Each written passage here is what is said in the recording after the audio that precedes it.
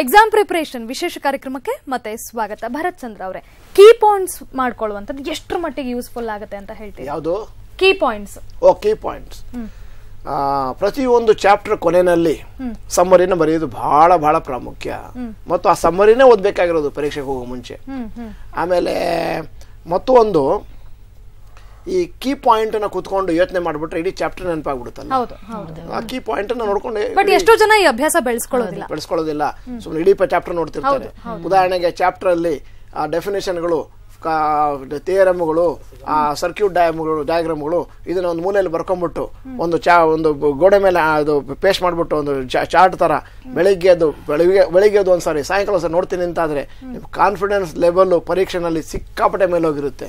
ಯಾಕಂದ್ರೆ ಅದೆಲ್ಲ ರೆಡಿ ಇದೆ, ಎಲ್ಲವೂ ತನ್ನಿಂತಾನೆ ಬರ್ತಾ ಇದೆ. ಅದು ಇಂಪಾರ್ಟೆಂಟ್. ನಾವೇನ್ ಮಾಡ್ತೀವಿ, ಎಲ್ಲವನ್ನು ಹಾಗೆಯೇ ಪೋಸ್ಟ್ಪೋನ್ ಮಾಡ್ತಾ ಹೋಗ್ತೀವಿ. ಈ ಫಾರ್ಮುಲಾನ ಬಾಯ್ಪಾಟ್ ಹೊಡೆದು ಯಾವಾಗ ಫೆಬ್ರವರಿ 15ನೇ ತಾರೀಕು. ಅವಾಗ ಏನಾಗುತ್ತೆ, ಪರೀಕ್ಷೆಯಲ್ಲಿ ಫಾರ್ಮುಲಾ ನಂಬರ್ 1, 11 ಒಂದೇ ತರನೇ ಕಾಣಿಸುತ್ತೆ.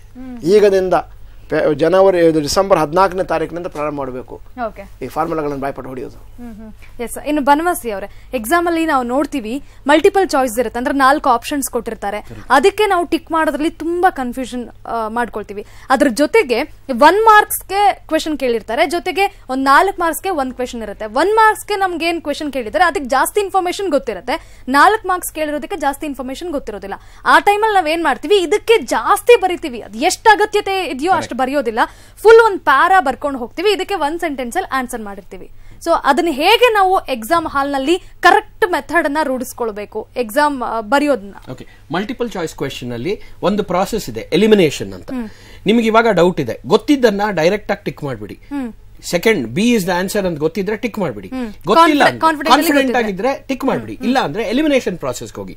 ಎಲಿಮಿನೇಷನ್ ಅಲ್ಲಿ ಇದು ಖಂಡಿತ ಅಲ್ಲ, ಇನ್ನು 3ರಲ್ಲಿ ಯಾವ್ದು ಈಗ ನಂಗೆ ಗೊತ್ತಾಗ್ತಾ ಇಲ್ಲ, ವಾಪಸ್ ಬನ್ನಿ. ಆಮೇಲೆ ಒಂದ್ ಸ್ವಲ್ಪ ಬೇರೆ ಆನ್ಸರ್ಸ್ ನ ಬರೆದು ಬಿಟ್ಟು ನೀವು ವಾಪಸ್ ಬಂದಾಗ ಖಂಡಿತ ನಿಮಗೆ ಇನ್ನೂ ಒಂದು ಕ್ಲಾರಿಟಿ ಸಿಗತ್ತೆ. ಒಂದು. ಎರಡನೇ ವಿಷಯ, ನೀವು ಸ್ಟಾರ್ಟಿಂಗ್ ಅದನ್ನ ಬಿಟ್ಬಿಡ್ಬೇಕು, ಗೊತ್ತಿಲ್ಲ ಅಂತಂದ್ರೆ ಹಾಗೆ ಯೋಚನೆ ಮಾಡಬೇಕು. ಆಮೇಲೆ ಇನ್ನೊಂದೇನಂದ್ರೆ ಹಿಡಿಯಾನಿಸ್ಟಿಕ್ ಕ್ಯಾಲ್ಕುಲಸ್ ಅಂತೀವಿ. ಹಂಗಂದ್ರೆ ಪೇನ್ ಪ್ಲೆಜರ್ ಥಿಯರಿ. ಒಂದು ಚಿಕ್ಕ ಮಗು ಇಷ್ಟು ಕದ್ರೆ ಅವ್ರಿಗೆ ಇಷ್ಟು ಪೇನ್ ಕೊಡ್ತೀವಿ. ಯಾಕೆ ಅಂದ್ರೆ ಅದಕ್ಕಿಂತ ಜಾಸ್ತಿ ಅವನಿಗೆ ಕೊಟ್ರೆ ಇಟ್ ಇಸ್ ಅನ್ಬ್ಯಾಲೆನ್ಸ್ಡ್. ಅದೇ ತರ ನೀವು ಒಂದು 4 ಮಾರ್ಕ್ ಪ್ರಶ್ನೆಗೆ ನೀವು ಎಷ್ಟು ಬರೀಬೇಕು ಅನ್ನೋದನ್ನ ಮುಂಚೆನೆ ಡಿಸೈಡ್ ಮಾಡ್ಕೊಳ್ಳಿ. 10 ಮಾರ್ಕ್ ಕ್ವೆಶ್ಚನ್ಗೆ ನೀವು ಎಷ್ಟು ಪಾಯಿಂಟ್ಸ್ ಬರೀಬೇಕು. ಆಮೇಲೆ ಸರ್ ಹೇಳ್ದಂಗೆ ದಯವಿಟ್ಟು ನೀವು ಕೇಳಿದ್ರಲ್ಲ ಕೀ ಪಾಯಿಂಟ್ಸ್, ಅದನ್ನ ಬರೀ ಓದಬೇಕಾರಲ್ಲ, ಎಕ್ಸಾಮಿನೇಷನ್ ಅಲ್ಲಿ ದಯವಿಟ್ಟು ಕೀ ಪಾಯಿಂಟ್ಸ್ ಯೂಸ್ ಮಾಡಿ. ಆಸ್ ಅ ಟೀಚರ್ ನನಗೆ 60 ಜನ ಪೇಪರ್ ಕೊಡ್ತಾರೆ, 60 ಪೇಪರು 15 ಶೀಟ್ ಇದ್ರೆ ನನಗೆ ತಲೆ ತಿರುಗತ್ತೆ. ಅದ್ರ ಬದಲು ನೀವು 60 ಜನನೂ ನನಗೆ ಕೀ ಪಾಯಿಂಟ್ಸ್ ಕೊಡಿ, ನಿಮಗೆ ಆನ್ಸರ್ ಗೊತ್ತಿದೆ ಅಂತ ತೋರಿಸ್ಕೊಡಿ. ಆನ್ಸರ್ ನ ನೀವು ಪ್ಯಾರಾಗ್ರಾಫ್ ಅಲ್ಲಿ ಬರೀರಿ, ಪರವಾಗಿಲ್ಲ, ಆದ್ರೆ ಅಟ್ಲೀಸ್ಟ್ ಕೀ ಪಾಯಿಂಟ್ಸ್ ನ ಅಂಡರ್ಲೈನ್ ಮಾಡಿ. ಬೇಡ, ಅಂಡರ್ಲೈನ್ ಮಾಡ್ಲಿ. ಕೀ ಪಾಯಿಂಟ್ಸ್ ನ ಅಂಡರ್ಲೈನ್ ಮಾಡಿದಾಗ ಈ ಆನ್ಸರ್ ಇದೆ ಅಪ್ಪ ಅಂತ ಆ 3 ಪದಗಳು ನೋಡಿದಾಗ ನಿಮ್ಮ ಬುದ್ಧಿ ಎಷ್ಟಿದೆ ಅಂತ ನನಗೆ ಗೊತ್ತಾಗ್ಬಿಡತ್ತೆ. 3ನೇ ವಿಷಯ, ಇದೆಲ್ಲಾ ಸೇರಿಸ್ಬಿಟ್ಟು ದಯವಿಟ್ಟು ಹ್ಯಾಂಡ್ ರೈಟಿಂಗ್ ನ ಚೆನ್ನಾಗಿ ಮಾಡಿ. ನಿಮ್ಮ ಹ್ಯಾಂಡ್ ರೈಟಿಂಗ್ ಮೇಲೆ ನಿಮಗೆ ಕಾಳಜಿ ಇಲ್ಲ ಅಂದ್ರೆ ನಾನ್ ಯಾಕೆ ಒದ್ದಾಡ್ಕೊಂಡು ಓದ್ಬೇಕು? ನಾನು ಒಳ್ಳೆ ಟೀಚರ್ ಆಗಿದ್ರೆ ನಾನು ಪಾಪ ಬರ್ದಿದ್ದಾನೆ ಅಂತ 8 ಪೇಪರ್ನ ಓದ್ತೀನಿ, ಆಮೇಲೆ ಟೈಮ್ ಇಲ್ಲ ಅಂತ ಮಿಕ್ಕಿದ 30 ಪೇಪರ್ನ ಬೇಗ ಆನ್ಸರ್ ಇದು ಕರೆಕ್ಟ್ ಮಾಡ್ತೀನಿ. ಸೊ ದಯವಿಟ್ಟು ಅರ್ಥ ಮಾಡ್ಕೊಳ್ಳಿ, ನಿಮ್ಮ ಹ್ಯಾಂಡ್ ರೈಟಿಂಗ್ ನ ನೀವು ಚೆನ್ನಾಗಿ ಮಾಡ್ಕೊಳ್ದೇ ಇದ್ರೆ ನಿಮಗೆ ಪ್ರತಿಯೊಂದು ಪರೀಕ್ಷೆಯಲ್ಲಿ 5ರಿಂದ 10 ಮಾರ್ಕ್ ಕಮ್ಮಿ ಹೋಗೋ ಸಾಧ್ಯತೆ ಇದೆ. ಇದಕ್ಕೆ ನಾನು ಯೂಟ್ಯೂಬ್ ಅಲ್ಲಿ ಸೀರೀಸ್ 2 ಎಪಿಸೋಡ್ 7, 8, 9, 10 ಮೊನ್ನೆ ಹೋದ್ವಾರ ನಾನು 4 ಸೀರೀಸ್ ಬಿಟ್ಟಿದ್ದೀನಿ. ನಿಮ್ಮ ಹ್ಯಾಂಡ್ ರೈಟಿಂಗ್ ನ 1 ಗಂಟೆ 2 ಗಂಟೆಯಲ್ಲಿ ಹೆಂಗೆ ಪ್ರಾಕ್ಟೀಸ್ ಮಾಡಬಹುದು ಅಂತ. ಮೇಡಮ್, ನಿಮ್ಗೆ ನೆಕ್ಸ್ಟ್ ಕ್ವೆಶ್ಚನ್ ಕೊನೆಯದೇನು ಅಂತ ಹೇಳಿದ್ರೆ, ಈ ಗ್ರೂಪ್ ಸ್ಟಡಿ ಮಾಡೋದು ಒಳ್ಳೇದಾ ಅಂತ. ಕೆಲವು ಮಕ್ಕಳು ನಮ್ಮ ಮಕ್ಕಳೇ ಎಷ್ಟೋ ಸತಿ ಕೇಳ್ತಾರೆ, ನಾವೆಲ್ಲರೂ ಸೇರ್ಕೊಂಡು ಒಟ್ಟಿಗೆ ಮ್ಯಾಥ್ಸ್ ಮಾಡ್ತೀವಿ, ಒಟ್ಟಿಗೆ ಇದು ಯಾವ್ದಾದ್ರು ಒಂದು ಸಬ್ಜೆಕ್ಟ್ ಮಾಡ್ತೀವಿ ಅಂತ. ನನ್ಗೆ ಒಂದೊಂದ್ಸತಿ ಅದು ಪರ್ಮಿಷನ್ ಕೊಡ್ಬೇಕೋ ಬೇಡೋ ಅನ್ನೋದು ಒಂದು ಕನ್ಫ್ಯೂಷನ್ ಇರುತ್ತೆ. ಯಾಕಂದ್ರೆ ನಮ್ಮ ಮಕ್ಳ ಬಗ್ಗೆ ನಮಗ್ ಗೊತ್ತಿರುತ್ತೆ ಅವ್ರು ಏನು ಅಂತ. ಆ ಗ್ರೂಪ್ ಅಲ್ಲಿ ಹೋದಾಗ ಮಾತಾಡ್ತಾರೋ, ಆಟ ಆಡ್ಕೊಳ್ತಾರೋ, ಗೊತ್ತಾಗೋದಿಲ್ಲ. ನಾನು ಇದಕ್ಕೊಂದು ಸಿಂಪಲ್ ಉತ್ತರ ಹೇಳ್ತೀನಿ. ನೀವು ಒಬ್ಬರೇ ನಡ್ಕೊಂಡು ಹೋದ್ರೆ ಎಷ್ಟು ಕಿಲೋಮೀಟರ್ ನಡೀತೀರಾ? ಒಂದು 2 ಕಿಲೋಮೀಟರ್ ನಡೀಬಹುದು. 4-5 ಜನ ನಡ್ಕೊಂಡು ಹೋದಾಗ ಫಸ್ಟ್ 4 ಕಿಲೋಮೀಟರ್ ನೀವು ನಡೆಯೋದು ನಿಮ್ಗೆ ಗೊತ್ತಾಗಲ್ಲ. ಅಲ್ಲ, ನಡ್ಕೊಂಡು ಹೋದ್ರೆ ಓಕೆ, ಆ ಕಡೆ ಈ ಕಡೆ ಎಲ್ಲಾದ್ರೂ ಹೋದ್ರೆ ಅವ್ರು ಕರೆಕ್ಟ್ ಆಗಿ ಹೇಳಿದ್ರು, ಪಾಸಿಟಿವ್ ಇದೆ, ನೆಗೆಟಿವ್ ಇದೆ. ಹೌದು, ಅಂದ್ರೆ ಇದು ಕರೆಕ್ಟ್ ಸತ್ಯ.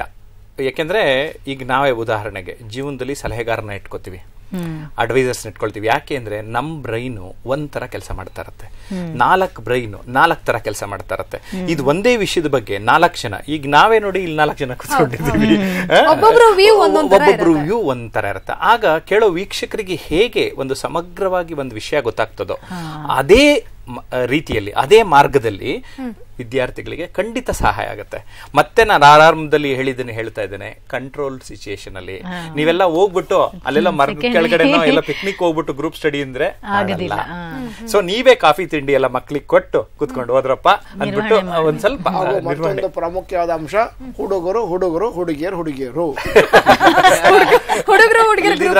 ಬೇರೆ ಬೇರೆ ಆಗ್ಬಿಡುತ್ತೆ ಅಂತ. ಅದ್ರ ಜೊತೆಗೆ ಜಯಪ್ರಕಾಶ್ ಅವರೇ, ಈಗ ಸಾಕಷ್ಟು ಜನ ವಿದ್ಯಾರ್ಥಿಗಳು ಇಂಗ್ಲಿಷ್ ನನಗೆ ಕಷ್ಟ ಆಗುತ್ತೆ, ಮ್ಯಾಥ್ಸ್ ಕಷ್ಟ ಆಗುತ್ತೆ, ಸೈನ್ಸ್ ಕಷ್ಟ ಆಗುತ್ತೆ, ಮೆಂಟಲಿ ಅವ್ರು ಫಿಕ್ಸ್ ಆಗ್ಬಿಟ್ಟಿರ್ತಾರೆ, ಕಷ್ಟ ಕಷ್ಟ ಕಷ್ಟ ಅಂತ ಅವ್ರಿಗವ್ರೆ ಅಂತ ಆತರ ಭಾವಿಸ್ಕೊಂಡ್ಬಿಟ್ಟಿರ್ತಾರೆ. ಆ ರೀತಿ ಅವ್ರಿಗವ್ರು ತಿಳ್ಕೊಂಡಿರೋದ್ರಿಂದ ಇನ್ನಷ್ಟು ಕಷ್ಟ ಆಗುತ್ತೆ ಅಂತ. ಸೊ ಸೆಲ್ಫ್ ಮೋಟಿವೇಟ್ ನ ಹೇಗ್ ಮಾಡ್ಕೊಳ್ಬೇಕು, ಸೆಲ್ಫ್ ಕಾನ್ಫಿಡೆನ್ಸ್ ನ ಹೇಗ್ ಬೆಳೆಸ್ಕೊಳ್ಬೇಕು? ಡೆಫಿನೆಟ್ಲಿ ನಾವು ಒಂದ್ ಅನ್ಕೋಬೇಕು, ಪ್ರಪಂಚದಲ್ಲಿ ನಾವೇನ್ ಫಸ್ಟ್ ಮಾಡ್ತಾ ಇಲ್ಲ. ಅವ್ನು ತೇನ್ ಸಿಂಗ್ ಯೋಚನೆ ಮಾಡ್ಬೇಕಾಗಿತ್ತು, ತೇನ್ ಸಿಂಗ್ ಟೆನ್ಷನ್ ತಗೋಬೇಕಾಗಿತ್ತು. ಇವಾಗ ಇದು ಎಷ್ಟೋ 1000 ಜನ 1,00,000 ಜನ ಬರ್ದಿರೋದು. ನೀವೇನಾದ್ರು ದೊಡ್ಡ ಸಾಧನೆ ಮಾಡ್ಬೇಕಂದ್ರೆ ಯಾರು ಮಾಡದೇ ಇರೋದನ್ನ ಮಾಡ್ರಿ.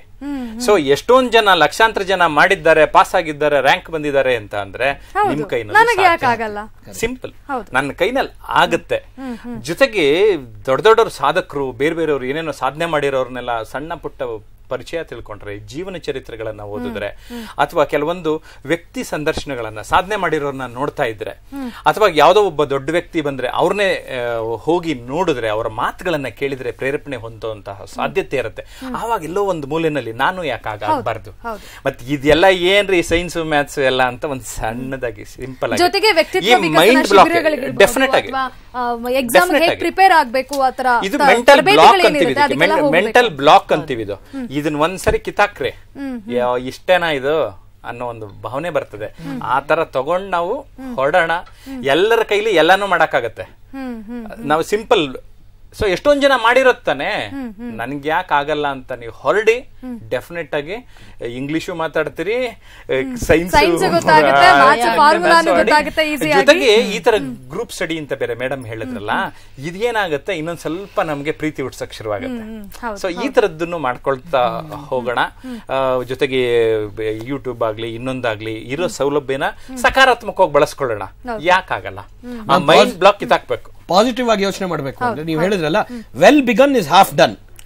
ಚೆನ್ನಾಗಿ ಶುರು ಮಾಡ್ಬಿಡಿ, ಅರ್ಧ ದಾರಿ ರೀಚ್ ಆಗೋಯ್ತು. ಕಾನ್ಫಿಡೆನ್ಸ್ ಇದ್ರೆ ನಾವು ಅರ್ಧ ದಾರಿ ಹೊರಟೋಗ್ತೀವಿ. ನನಗಾಗತ್ತೆ ಅಂತ ಇವ್ರು ಹೇಳ್ದಂಗೆ ನೀವು ಶುರು ಮಾಡ್ಬಿಡಿ, ಅರ್ಧ 50% ಮಾರ್ಕ್ಸ್ ಬಂದಂಗೆ. ಎಸ್, ಭರತ್ ಚಂದ್ರ ಅವರೇ, ಕೊನೆಯದಾಗಿ ಯಾವ ರೀತಿ ಸಲಹೆಗಳನ್ನ ಕೊಡ್ತೀರಿ? ಇಲ್ಲಿ ತನಕ ಸಾಕಷ್ಟು ಟೆಕ್ನಿಕ್ಸ್ ಮತ್ತೆ ಸಾಕಷ್ಟು ಮಾಹಿತಿಗಳನ್ನ ಕೊಟ್ಟಿದ್ದೀರಿ, ಹೇಗೆ ಪ್ರಿಪೇರ್ ಆಗಬೇಕು ಅಂತ ಹೇಳಿ. ಕೊನೆಯದಾಗಿ ಏನು ಹೇಳಿ? ಇವತ್ತಿನಿಂದ ಪ್ರಾರಂಭಿಸಿ, ನಾಳೆಯಿಂದಲ್ಲ. ಆರಂಭದಲ್ಲೂ ಇದೇ ಮಾತು ಹೇಳ್ತಿದ್ದೀರಿ, ಕೊನೆಯಲ್ಲೂ ಇದೇ ಮಾತು ಹೇಳ್ತಿದ್ದೀರಿ. ಟೈಮ್ ಟೇಬಲ್ ರೆಡಿ ಮಾಡಿ, ಮನೆಯಲ್ಲಿ ಎಲ್ಲರೂ ಕೂತ್ಕೊಂಡು ಮಾತಾಡಿ, ನನ್ನ ಮಗ ಹೇಗೆ ಓದಬೇಕು ಅಂತ ತಂದೆ ತಾಯಿ ಮಾತಾಡ್ಲಿ.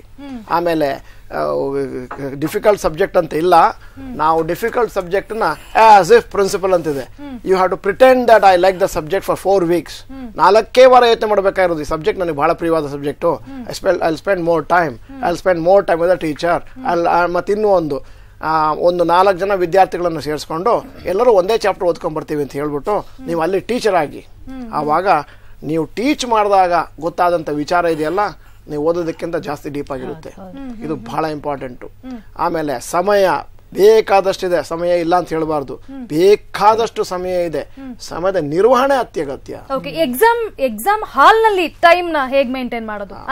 ನೋಡಿ, ಎಲ್ಲ ಶುರು ಮಾಡ್ಬಿಟ್ಟು ಓದೋದಕ್ಕೆ ನಾವು ಟೈಮ್ ಟೇಬಲ್ ಹಾಕೊಳ್ತೀವಿ. ಎಕ್ಸಾಮ್ ಅಲ್ಲಿ ಹೇಗೆ ಮಾಡ್ಬೇಕು? ಮೊದಲ 15 ನಿಮಿಷ ಏನೋ ಈಗ ಓದ್ಲಿಕ್ಕೆ ಕೊಡ್ತಾ ಇದಾರಲ್ಲ, ಪ್ಯಾನಿಕ್ ಆಗಬಾರ್ದು ಅಂತ ಮೊದಲು ಓದ್ಲಿಕ್ಕೆ ಕೊಡ್ತಾ ಇದಾರೆ. ಎಲ್ಲದ್ರಲ್ಲೂ 15 ನಿಮಿಷ ಓದಿ, ನನಗೇನ್ ಚೆನ್ನಾಗಿ ಬರುತ್ತೆ. ಮೊದಲು ಚೆನ್ನಾಗಿರೋದನ್ನ, ಚೆನ್ನಾಗಿ ಗೊತ್ತಿರೋದನ್ನ ಬರೀರಿ, ಚೆನ್ನಾಗಿ ಗೊತ್ತಿಲ್ಲದಿರೋನ್ ಮಧ್ಯದಲ್ಲಿ ಬರೀರಿ, ಚೆನ್ನಾಗಿ ಗೊತ್ತಿರೋದು ಮತ್ತೆ ಕೊನೆಯಲ್ಲಿ ಬರೀರಿ. ಅವಾಗ ಪ್ರಕೃತಿ ಬನವಾಸಿ ಅಂತ ಟೀಚರು ಮುಂದೆ ನೋಡ್ತಾರೆ, ಹಿಂದೆ ನೋಡ್ತಾರೆ, ಖುಷಿ ಆಗ್ಬಿಟ್ಟು ಮಾರ್ಕ್ ಹಾಕ್ಬಿಡ್ತಾರೆ. ಓ, ಹುಡುಗ ಚೆನ್ನಾಗಿ ಬರ್ದಿದ್ದಾರೆ ಅಂತ. ಹ್ಯಾಂಡ್ ರೈಟಿಂಗ್ ಸ್ಫುಟವಾಗಿರಲಿ, ಕಾನ್ಫಿಡೆಂಟ್ ಆಗಿ ಬರೀರಿ. 4 ಮಾರ್ಕಿಗೆ ಎಷ್ಟು ಬೇಕೋ ಅಷ್ಟೇ ಬರೀರಿ. ಅದು ಮನೆಯಲ್ಲಿ ಆಗ್ಲೇ ಪ್ರಾಕ್ಟೀಸ್ ಆಗಿರುತ್ತೆ ನಿಮಗೆ. ತಾಯಿ ನಿಮಗೆ ಕ್ವಶನ್ ಪೇಪರ್, ಕ್ವಶನ್ ಬ್ಯಾಂಕ್ ಇಂದ ತಂದು ಕೊಟ್ಟಿರ್ತಾರೆ, ಮಾಡಿ. ಆಮೇಲೆ ಮತ್ತೊಂದು 60ಕ್ಕೂ 90ಕ್ಕೂ ಜಾಸ್ತಿ ಅಂತರ ಇಲ್ಲ. ನಿಮ್ಮ ಜೀವನದಲ್ಲಿ ಬೇಕಾಗಿದ್ದು ನಾಯಕತ್ವದ ಗುಣಗಳು, ಇದಲ್ಲ. ಅದರಿಂದಾಗಿ ಪರೀಕ್ಷೆಯೇ ಎಲ್ಲ ಅಂತ ತಿಳ್ಕೊಂಡು ಹೋಗಬಾರ್ದು. ಸುಮಾ ಕೃಷ್ಣ ಅವರೇ, ಕಾರ್ಯಕ್ರಮದ ಆರಂಭದಲ್ಲಿ ಆಸ್ ಎ ಪೇರೆಂಟ್ ಆಗಿ ನಿಮ್ಗೆ ಸಾಕಷ್ಟು ಗೊಂದಲಗಳಿತ್ತು. ನಿಮ್ಮ ಮಕ್ಕಳಿಗೂ ಕೂಡ ಯಾವ ರೀತಿ ಎಕ್ಸಾಮ್ ಪ್ರಿಪರೇಷನ್ ಆಗ್ಬೇಕಾದ್ರೆ ಏನೆಲ್ಲ ಪ್ರಾಬ್ಲಮ್ ಫೇಸ್ ಮಾಡ್ತಿದ್ದಾರೆ ಮಕ್ಕಳು, ಜೊತೆಗೆ ಅದನ್ನ ನೀವು ಕೂಡ ನೋಡಿದ್ರಿ. ಈಗ ಕ್ಲಿಯರ್ ಆಗಿದೆ ಅಂತ ಅನ್ಕೊಳ್ತೀನಿ. ಖಂಡಿತ ಆಗಿದೆ, ಖಂಡಿತ ಕ್ಲಿಯರ್ ಆಗಿದೆ. ಆದ್ರೆ ನನ್ಗನ್ಸಿದ್ ಏನು ಅಂತ ಹೇಳಿದ್ರೆ, ಇವಾಗ as A parents and teachers ಇಬ್ರು ಮಕ್ಕಳಿಗೆ ಪರೀಕ್ಷೆಯ ಸಮಯದಲ್ಲಿ ಅವರಿಬ್ರದ್ದು ಹೆಲ್ಪ್ ತುಂಬಾ ಅವಶ್ಯಕತೆ ಅಂತ ನನ್ಗನ್ಸುತ್ತೆ. ಅವರಿಬ್ರು ತುಂಬಾ ಸಪೋರ್ಟ್ ಮಾಡಿದ್ರೆ ಖಂಡಿತ ಮಕ್ಳು ಈ ಭಯದಿಂದ ಈಚೆ ಬರ್ತಾರೆ. ಇದೇನು ಕಷ್ಟ ಅಲ್ಲ ಅಂತ ಅವ್ರಿಗೆ ಭಯ ಅಂತ ಹೇಳ್ಬೇಡಿ. ಮಕ್ಳಿದಾರಲ್ಲ ಲಂಬೆ ರೇಸ್ಗೆ ಗೋಡೆ. ಹಂಗಂದ್ರೆ 1ನೇ ಕ್ಲಾಸಿಂದ 10ನೇ ಕ್ಲಾಸ್ ತನಕ 250 ಎಕ್ಸಾಮ್ ಬರ್ತಿದ್ದಾರೆ. ಫಸ್ಟ್ ಟೈಮ್ ಸ್ಟೇಜ್ ಮೇಲೆ ನಿಂತ್ಕೊಂಡಿಲ್ಲ. 250 ಸತಿ ಹೋಗ್ಬಿಟ್ಟು ಪೇಪರ್ ಇಟ್ಕೊಂಡು ಕೂತ್ಕೊಂಡಿದ್ದಾರೆ. ಚೆನ್ನಾಗಿ ಬರೀತಾರೆ, ಒಳ್ಳೆ ಕಾನ್ಫಿಡೆನ್ಸ್ ಇಂದ ಬರೀಲಿ ಅಷ್ಟೇ. ಕಾನ್ಫಿಡೆನ್ಸ್ ತುಂಬಾ ಮುಖ್ಯ. ಫೈನಲಿ ಇಲ್ಲಿ ತನಕ ಸಾಕಷ್ಟು ಮಾಹಿತಿಗಳನ್ನ ಕೊಟ್ರಿ. 2.5 ಗಂಟೆಗಳ ಕಾಲ ಹೇಗೆ ಎಕ್ಸಾಮ್ಗೆ ತಯಾರಿಯನ್ನ ಮಾಡ್ಕೊಳ್ಬೇಕು, ಯಾವುದೇ ರೀತಿಯಾದಂತಹ ಗೊಂದಲಗಳನ್ನ ತಲೆಯಲ್ಲಿ ಇಟ್ಕೊಳ್ಳದೆ ಈಸಿಯಾಗಿ ಕೂಲ್ ಆಗಿ ಹೇಗೆ ಎಕ್ಸಾಮ್ ಹಾಲ್ ಒಳಗೆ ಹೋಗಿ ಎಕ್ಸಾಮ್ ಅನ್ನ ಬರೆದು ಉತ್ತಮ ಅಂಕಗಳನ್ನ ಗಳಿಸ್ಕೊಳ್ಬಹುದು ಅನ್ನೋದ್ರ ಬಗ್ಗೆ ತುಂಬಾ ಮಾಹಿತಿ ಕೊಟ್ಟಿದ್ರ. ಥ್ಯಾಂಕ್ ಯು ಸೋ ಮಚ್ ಎಲ್ರಿಗೂ ಕೂಡ. ಎಸ್, ನೋಡಿದ್ರಲ್ಲ ವೀಕ್ಷಕರೇ, ಎಸ್ಪೆಷಲಿ ಸ್ಟೂಡೆಂಟ್ಸ್ಗೆ ಹೇಳಬೇಕು, ಶಿಕ್ಷಕರ ಪಾತ್ರ ತುಂಬಾ ಮುಖ್ಯ ಆಗುತ್ತೆ, ಪೋಷಕರ ಪಾತ್ರ ತುಂಬಾ ಮುಖ್ಯ ಆಗುತ್ತೆ. ಜೊತೆಗೆ ವಿದ್ಯಾರ್ಥಿಗಳು ಸೆಲ್ಫ್ ಕಾನ್ಫಿಡೆನ್ಸ್ ನ ಬೆಳೆಸ್ಕೊಳ್ಬೇಕು. ಯಾವತ್ತೂ ಭಯ ಅನ್ನೋದಾಗ್ಲಿ ಅಥವಾ ಪರ್ಟಿಕ್ಯುಲರ್ ಸಬ್ಜೆಕ್ಟ್ ಅಲ್ಲಿ ನಾನು ಓದ್ತಾ ಇಲ್ಲ, ಅದು ನನಗೆ ತುಂಬಾ ಕಷ್ಟ ಆಗ್ತಿದೆ ಅಂತ ಖಂಡಿತವಾಗ್ಲೂ ಅನ್ಕೊಳ್ಳೋದು ಬೇಡ. ಕಷ್ಟ ಆಗ್ತಿದ್ಯಾ, ಹೌದು ನಾನು ಮಾಡ್ತೀನಿ ಅನ್ನುವಂತಹ ಕಾನ್ಫಿಡೆನ್ಸ್ ಅನ್ನ ಬೆಳೆಸ್ಕೊಳ್ಬೇಕು. ಜೊತೆಗೆ ಅದ್ರ ಮೇಲೆ ಸಾಕಷ್ಟು ವರ್ಕ್ ಮಾಡ್ತಾ ಹೋಗ್ಬೇಕು.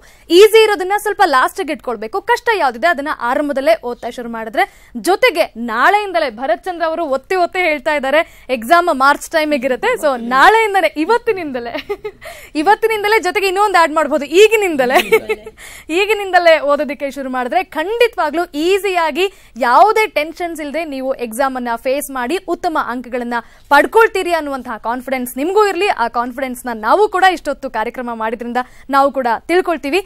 ಇದು ಈ ಹೊತ್ತಿನ ವಿಶೇಷ. ನೋಡ್ತಾ ಇರಿ ಸಮಯ ಸಮಾಚಾರ ನಿರಂತರ.